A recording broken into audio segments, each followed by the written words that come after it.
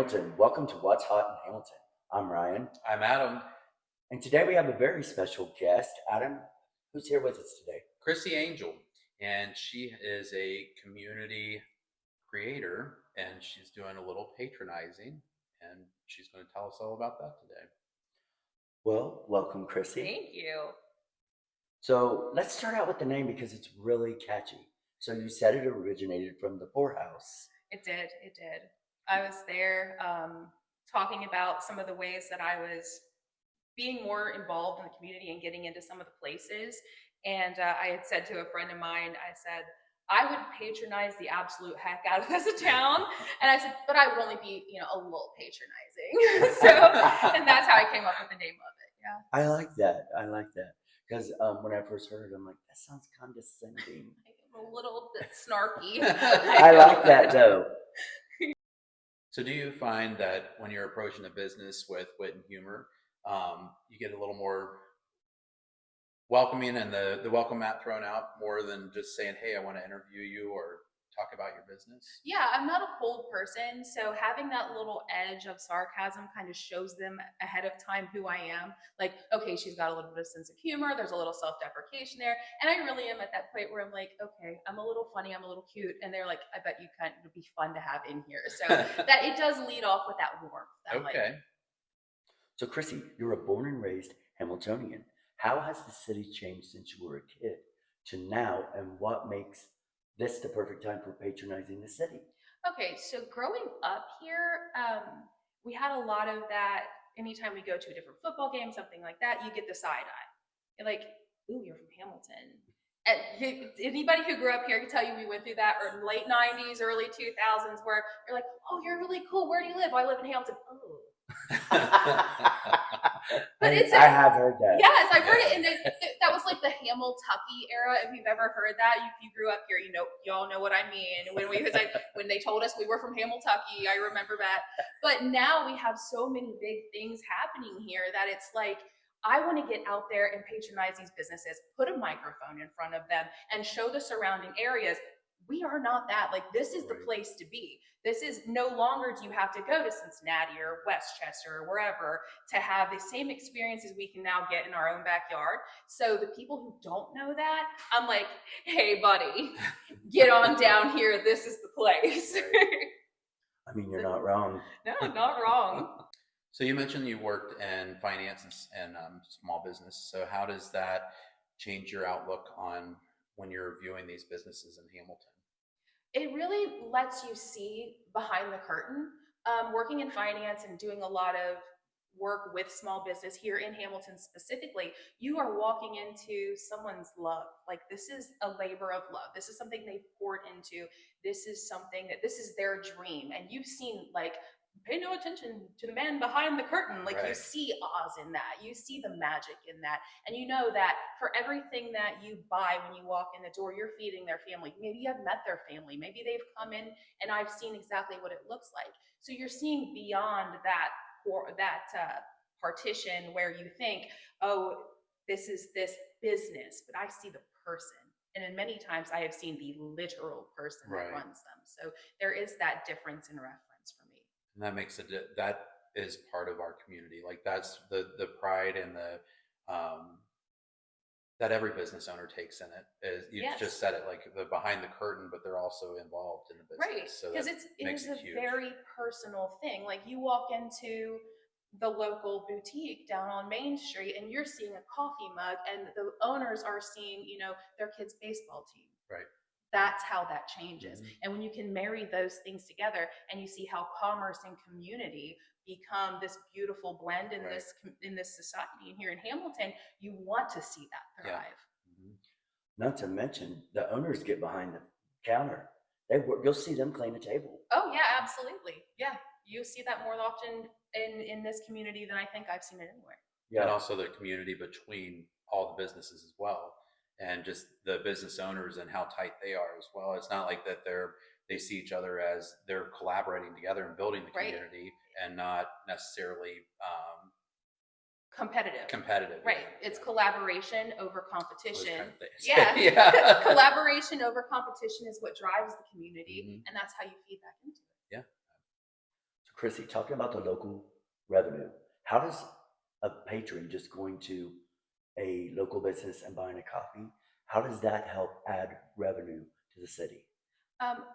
It always feeds itself. So I would say that collaborative effort, when you go in and you patronize these businesses and you give them money, then they grow and they collaborate and the community swells and then they have more jobs. They can employ more people. Then those people have a little bit more money in their pocket to patronize the next business. And then as it just continues to be a cyclical growth of the entire community, and the more revenue we bring into Hamilton, the more we can give back to our social programs, to our community funds, to our local charities, to our community as a whole. And everybody, I think, sees the value in investing back in that, especially if we live here. Chrissy, you had mentioned that a little patronizing was a way for you to challenge yourself after leaving an abusive relationship. First of all, sorry you had to go through that. Secondly, do you think by doing this you have reclaimed your own independency and showing Hamilton what a little patronizing is about? So as a mom of seven, with the how do you accomplish everything with the content creation, being a mom, and do you get them involved in a little patronizing? Do they help you out with that? Sometimes they do. I mean, I do pick things specifically since I'm a mom. I do outreach to parents, so I do want to patronize businesses that do cater to kids and families. We did Selfie Society, and I took my two preteen daughters with me because they're too cool for most things, and that's fine. I'm absolutely not too cool for anything, but I do involve them. The work-life balance between being a single mom for so long and then doing the content creation, working a full-time job, it's a difficult thing. But I still make it home to cook dinner every night. I still involve them every way that I can. You'll see them on my page periodically. And then it's something, though, as a labor of love to myself, I think we all need something that is cathartic for us. And I use this as a way to maintain my own autonomy, to be independent, to have a piece of me that exists outside of the confines of motherhood, which is so important because you can only fill from a full glass, and I use this as a way to fill my glass so that I can pour out to them with as much love as I have. You got to put your mask on first. Yes, That's a good way to look at it. yeah, that's a good Yeah. idea.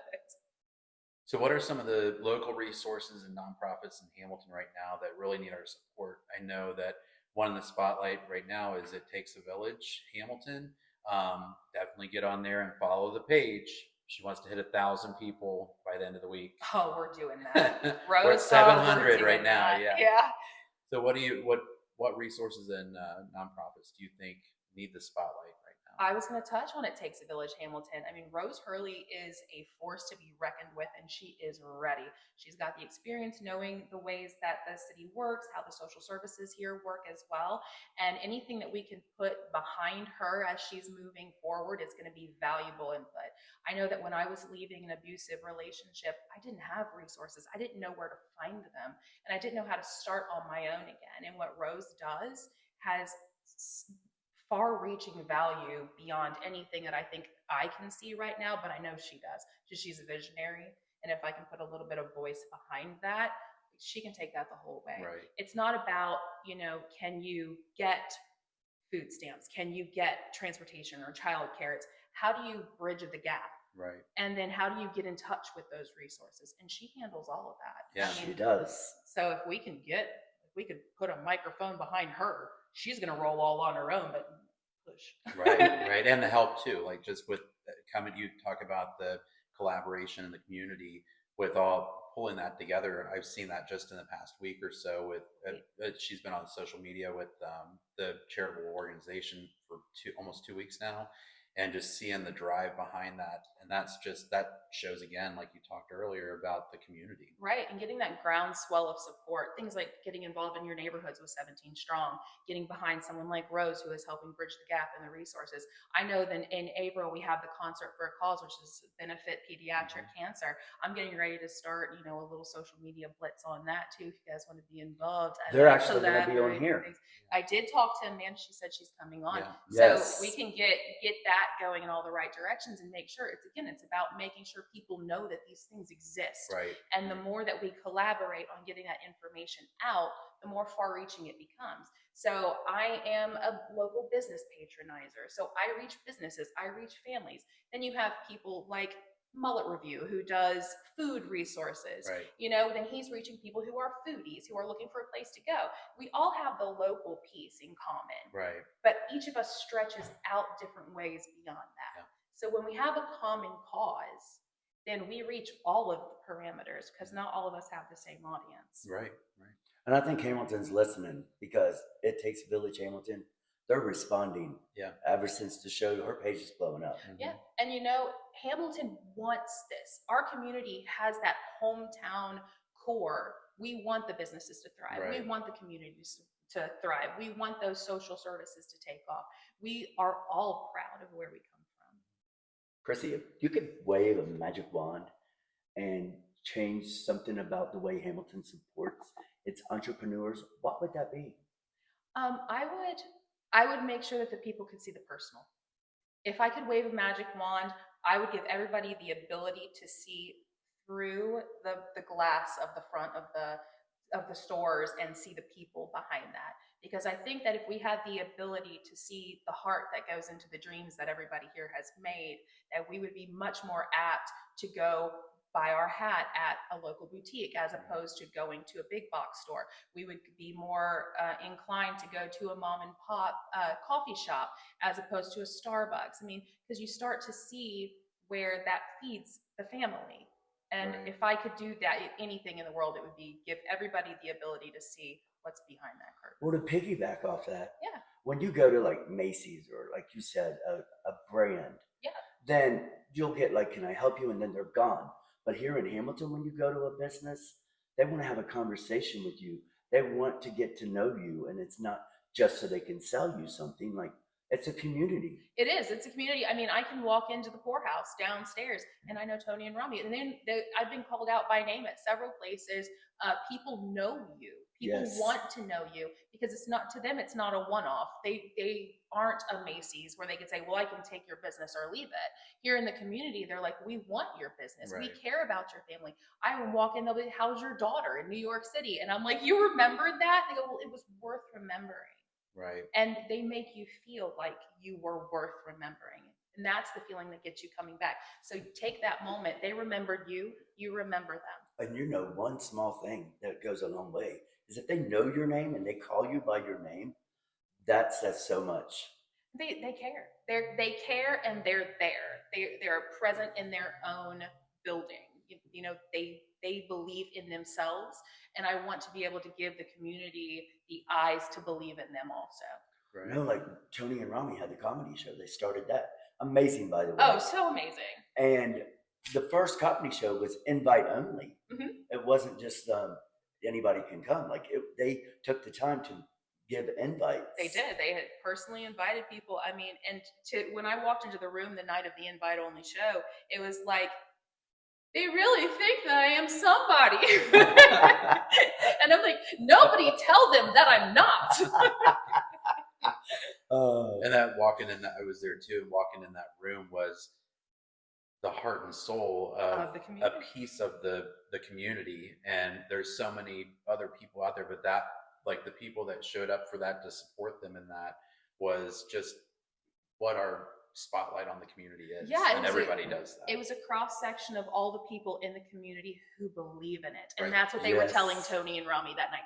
It was, we believe in what you're doing here. Yeah. And we want to support you. So we're here. Right. Oh, I believe in it. I'm going every month on a Wednesday. Oh, I'm going every month on Wednesday. I'll get up there sometime and everybody can laugh at me, but not because I do a good job, just because I think I could do it too. I feel like we could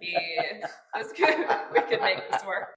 So what's one hidden gem you found in Hamilton along your journey, and what makes it special? So it's not quite a hidden gem, but the gem that I love here in Hamilton, and I hit it 2 days a week, is the Gray. I go get my coffee in the morning, and I talk to Rose, because why would you not? I told Rose, I said, I come in for Rose and then I stay for the Americano. Right. And then 2 nights a week I'm over there as well getting cocktails, because I have to kill a few minutes because busy mom time. Right. I have to be, I'm on the downtown part of town, but I live on the west side, but then I have to be back at downtown. So I'm like, I have 20 minutes to kill, and that's my moment of zen, where I just kind of go in and I'm like, please make me a Belmont Manhattan. I'm going to sit here for a minute before I have to go about my day, go cook dinner and do all the things. Right. So it's not really a hidden gem. And I don't believe in the hidden gem part of things. I kind of do, but if I love something, I want you to know that I love it because I want you to go love it too. And then I hope that I see you there loving it. Right. I think they have the best espresso ever. Oh my God, it's so good. So good. You can't go wrong going to the Gray at all. Love it. Well, Chrissy, I cannot thank you enough for being here. I mean, the one thing I love about our show, Adam, is I learn so much through every guest. Yeah. And everybody has that same passion for Hamilton. Yes. I love that. You can't go wrong. Have you met Hamilton? Right. But no, thank you so much for being here. Oh, and thank you for having me. how can our guests, our audience, how can they find A Little Patronizing? So I'm on Facebook. You can always just search it, A Little Patronizing. It's the easiest thing in the world to find. I'm the goofy one with the big smile and all the stupid dance moves. So you'll know me when you see me. I always say that I'm the easiest person to find because I am Municipal Brew's finest. I'm a very bubbly girl out in the community. I am the approachable blonde. I love it. I love that. You should have that as like a whole tagline. Also, Municipal Brew, if you want to throw me some donations. Jim Goodman, get her a shirt. She needs a That's gift right. card. I need a gift card. Well, thank you so much for being here. No, I'm so glad to be here. Thank you for having me. And you. that's it. Live, love, local. From local shops to packed out rooms, small businesses making big time moves, restaurants, bars